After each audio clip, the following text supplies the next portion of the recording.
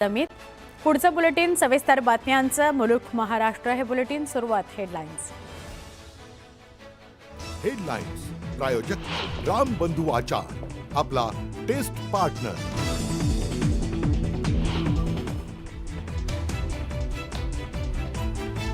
आरक्षणाच्या मागणीकडे सरकारनं लक्ष न दिल्यानं चलो मुंबईचा मनोज जरांगेंचा नारा। मुंबईत शांततेनं आंदोलन करायचंय, बीडमधील इशारा बैठकीतून जरांगेंचं आवाहन।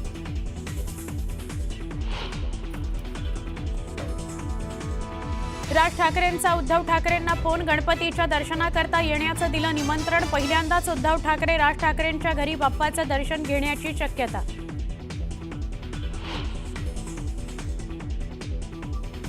पालिका निवडणुकांच्या पार्श्वभूमीवर उद्धव ठाकरे ॲक्शन मोडवर, मतदार यांच्या घरोघरी जाऊन तपासणी करा, ठाकरेंचे कार्यकर्त्यांना आदेश।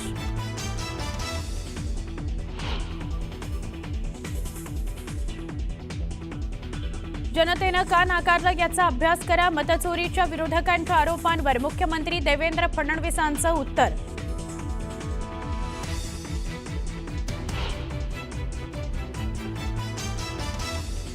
सात दिवसांनंतर नांदेडमधील पूरग्रस्त हसनाळ गावात अतुल सावे आणि अशोक चव्हाणांकडून पाहणी, ग्रामस्थांकडून संताप, जोरदार घोषणाबाजी।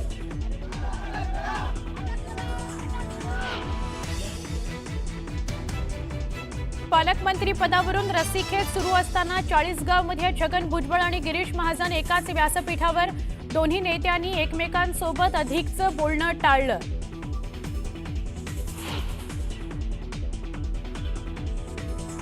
पालघरच्या बोईसरमध्ये रस्त्यावर एकाच ठिकाणी तासाभरात 5 अपघात, दुचाकीस्वार एकाच ठिकाणी घसरत होते, 12 ते 13 जण किरकोळ जखमी।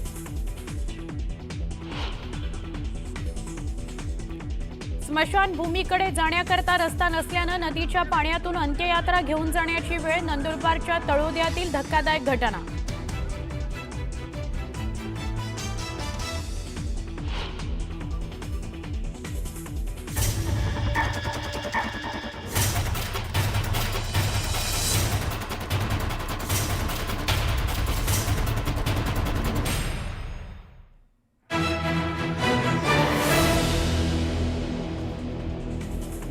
नमस्कार, मी सुवर्णा। मुलुक महाराष्ट्र या बुलेटिनची सुरुवात काही सविस्तर बातम्यांनी करूया। पालिका निवडणुकांच्या पार्श्वभूमीवर उद्धव ठाकरे ॲक्शन मोडवर आलेले दिसतायत। उद्धव ठाकरे मुंबईतील शाखांना भेटी देत आहेत। मतचोरीचा मुद्दा तापला असताना उद्धव ठाकरेंनीही कार्यकर्त्यांना विशेष सूचना केलेली आहे। मतदार याद्यांची घरोघरी जाऊन तपासणी करा, असा आदेश उद्धव ठाकरेंनी कार्यकर्त्यांना दिलेला आहे। बोगस मतदान होऊ देऊ नका आणि मतदार यादीतील बोगस मतदार शोधून काढा, अशा सूचना उद्धव ठाकरेंनी कार्यकर्त्यांना दिल्या। यावेळी विरोधकांनाही उद्धव ठाकरेंनी धारेवर धरलं। शिवसेनेला धोका देण्याचे अनेक प्रयत्न होतील, धोका देणाऱ्यांची डोकी फुटतील, पण शिवसेना फुटणार नाही, असं ठाकरे म्हणाले।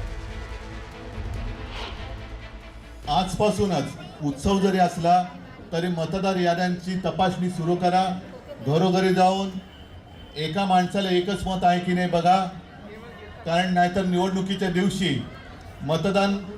जे मतदार आपल्यामध्ये नाही आहेत त्यांच्या नावाने सुद्धा बोगस मतदान होतं, काही काही ठिकाणी दुबार तिबार मतदान होतं।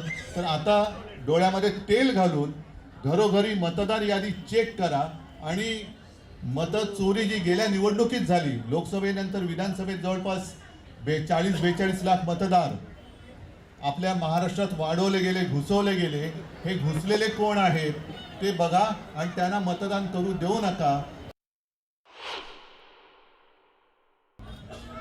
सतत प्रसार माध्यमातून येते की इकडे शिवसेनेला धक्का, तिकडे शिवसेनेला धक्का। म्हटलं एकदा जाऊनच बघू किती धक्के बसले। असे धक्के देणारे अनेक जण आले आणि अनेक जण गेले, पण शिवसेनेला कुठेही काही कदाचित थोडा धक्का बसला असेल पण धोका झालेला नाहीये। अनेकाने अनेक प्रयत्न केले, धोके देण्याचे प्रयत्न यानंतर सुद्धा होतील, पण जोपर्यंत तुमची तटबंदी मजबूत आहे तोपर्यंत धक्का आणि धोके देणाऱ्यांची डोकी फुटतील, पण शिवसेना फुटणार नाही। शाखा म्हणजे तुम्ही सगळे। असं म्हणा पाहिजे तर ही माझी कौटुंबिक भेट आहे. नुसतं शाखा भेटीसाठी आलो तर एवढी गर्दी झाली. जाहीर सभेला किती होईल? अर्थात आपण दसऱ्याला शिवाजी पार्कला भेटणारच आहोत. पुण्यामध्ये मनसेचा मेळावा आयोजित करण्यात आला होता. यावेळी मनसैनिकांना निवडणुकीच्या तयारीला लागा, आपली मतं चोरीला जातात, मतदार याद्यांवर काम करा असे आदेश राज ठाकरेंनी सुद्धा दिले. मतदार यादीवर काम करा तरच निवडणूक लढण्यात मजा आहे असं राज ठाकरे म्हणाले. त्यामुळे राज ठाकरेंनीही राहुल गांधींच्या वोट चोरीच्या मुद्द्याला पाठिंबा दिल्याची चर्चा आहे. 2000 साधारणपणे 16-17 पासून तुम्हाला आठवत असेल तर या मतदानामध्ये काहीतरी गडबड आहे तेव्हापासून मी बोलतोय. बरोबर? या सगळ्या गोष्टींसाठी पण मी शरद पवारांना भेटलो, सोनिया गांधींना भेटलो, ममता बॅनर्जींना भेटलो. इथे महाराष्ट्रामध्ये सगळेजण माझ्या बरोबर आले, पत्रकार परिषदा झाल्या. बरोबर आहे? आयत्या वेळेला कच खाल्ली सगळ्यांनी. मी त्याच वेळेला सांगत होतो या लोकांना, लोकसभेला तुम्ही निवडणुकीवरती बहिष्कार टाका, ही जागतिक बातमी होईल. बाहेरच्या देशांमधनं ज्या वेळेला प्रेशर्स यायला सुरुवात होतात त्यावेळेला त्यांचे डोळे उघडतील, तोपर्यंत डोळे उघडणार नाही. हे तेव्हा आपण बोलत होतो, आठवतं ना तुम्हाला? बरोबर आहे? आता ते राहुल गांधींनी सगळं बाहेर काढलं परत प्रकरण. मी तेव्हापासून सांगतोय की आपल्याला मतदान होत नाहीये हे तुम्ही समजू नका. मतांमध्ये गडबड आहे, आपली मतं चोरली जात आहेत, भलती आत्मे टाकली जात आहेत आणि तुम्हाला सतत पराभवाला सामोरं जावं लागतंय. तुम्हाला तर असं वाटत असेल की लोकांनी आपल्याला मतदान केलं नाही, झूट आहे. आपल्या लोकांनी मतदान केलंय, परंतु ते आपल्यापर्यंत पोहोचलं नाही. हे मी त्या दिवशी शिवतीर्थावरतीच्या भाषणामध्ये पण बोललो होतो. आणि ह्या मतांची ही सगळी चोरी करत करत करत आजपर्यंत हे सगळे सत्तेवरती आहेत. तुम्ही मला सांगा, आत्ताच्या विधानसभेच्या निवडणुका झाल्या, भाजप किती? 132. बरोबर? शिंदे किती? 56. आणि अजित पवार किती? 48 ना किती? 42. बरोबर आहे? टोटल किती झाली त्याची सगळ्याची मिळून? काहीतरी किती झाली? 232च्या आसपास. बरोबर आहे? एवढं समजा संपूर्ण बहुमत मिळून संपूर्ण महाराष्ट्रामध्ये सन्नाटा होता. कुठेही विजयाचा जल्लोष का नव्हता? याचं कारण जे विजयी झाले त्यांना पटत नव्हतं, पचत नव्हतं. जे पराभूत झाले त्यांनाही पटत नव्हतं. कारण तो सगळा मतांचा गोंधळ होता आणि त्या सगळ्या मतांच्या गोंधळावरती ही सगळे आतापर्यंत या सगळ्या सत्ता राबवल्या गेल्या 2014 पासून. आता तुम्ही बघितलं असेल, आता हे सगळं निवडणूक आयोगाची पत्रकार परिषद बघितली तुम्ही. बरोबर? मग काहीतरी राहुल गांधींना काहीतरी ते लिहून द्यायला सांगितलं, शपथपत्र वगैरे वगैरे. बरोबर? आता विरोधी पक्षाचे नेते कोण आहेत आता केंद्रामध्ये? राहुल गांधी, मान्य. मग ते ठाकूर, कोण ठाकूर? अनुराग ठाकूर. अनुराग ठाकूरने 6 मतदारसंघाचं काढलं. तो सत्ताधारी पक्षाचा आहे. बरोबर आहे? म्हणजे निवडणूक आयोगाने काय वागलं पाहिजे की अरे विरोधी पक्ष पण बोलतोय, सत्ताधारी पक्ष पण बोलतोय, म्हणजे सगळ्याची इन्क्वायरी व्हायला पाहिजे होती. परंतु सगळं प्रकरण दाबलं जातं. याचं कारण सगळा खेळ गेल्या 10-12 वर्षाचा उघडा पडेल. आणि यांना जर निवडणुकीमध्ये तुम्हाला उघडं पाडायचं असेल, जर समजा तुम्हाला निवडून यायचं असेल, तर तुम्हाला प्रत्येकाला मतदार यादीवरती काम केल्याखेरीज तुम्हाला गत्यंतर नाही, तोपर्यंत विजय हातामध्ये येणार नाही.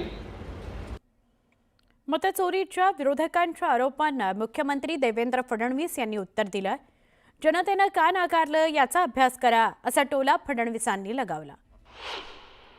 दिल बहलाने के लिए ख्याल अच्छा है गालिब. जोपर्यंत सत्य स्वीकारणार नाहीत तोपर्यंत सर्व पक्षांची अवस्था अशीच असेल. पहिल्यांदा लक्षात यांनी घेतलं पाहिजे, मोदीजी जिंकल्यात 2014ला महाराष्ट्रातही काँग्रेसचं राज्य होतं, देशातही काँग्रेसचं राज्य होतं, 15 वर्षापासून होतं. त्यामुळे जोपर्यंत आपण का हारतो आहोत, जनतेने आपल्याला का नाकारलाय हे विसरून किंवा याचा अभ्यास न करता छाती बडवण्याचं काम करतील, तोपर्यंत हे कधीच निवडून येणार नाही. राज ठाकरेंच्या घरी 1.5 दिवसाच्या गणपतीची प्रतिष्ठापना होत असते. या गणपतीच्या दर्शनाकरता राज ठाकरेंनी फोन करून उद्धव ठाकरेंना निमंत्रण दिल्याचं कळतंय। या निमित्तानं उद्धव ठाकरे पहिल्यांदाच राज ठाकरेंच्या शिवतीर्थ या दादरच्या निवासस्थानी जातील अशी चर्चा आहे। त्यामुळे पुन्हा एकदा ठाकरे बंधूंची भेट होणार आहे। याआधी मराठीसाठी दोन्ही भाऊ एकत्र आले होते। विजयी मेळाव्यात एकाच मंचावर दोघं आल्यानंतर उद्धव ठाकरेंच्या वाढदिवसाला राज ठाकरे मातोश्रीवर गेल्याचंही महाराष्ट्रानं पाहिलं। आता गणपतीच्या दर्शनानिमित्त उद्धव ठाकरे पहिल्यांदाच राज ठाकरेंच्या शिवतीर्थ या निवासस्थानी येतील अशी चर्चा आहे।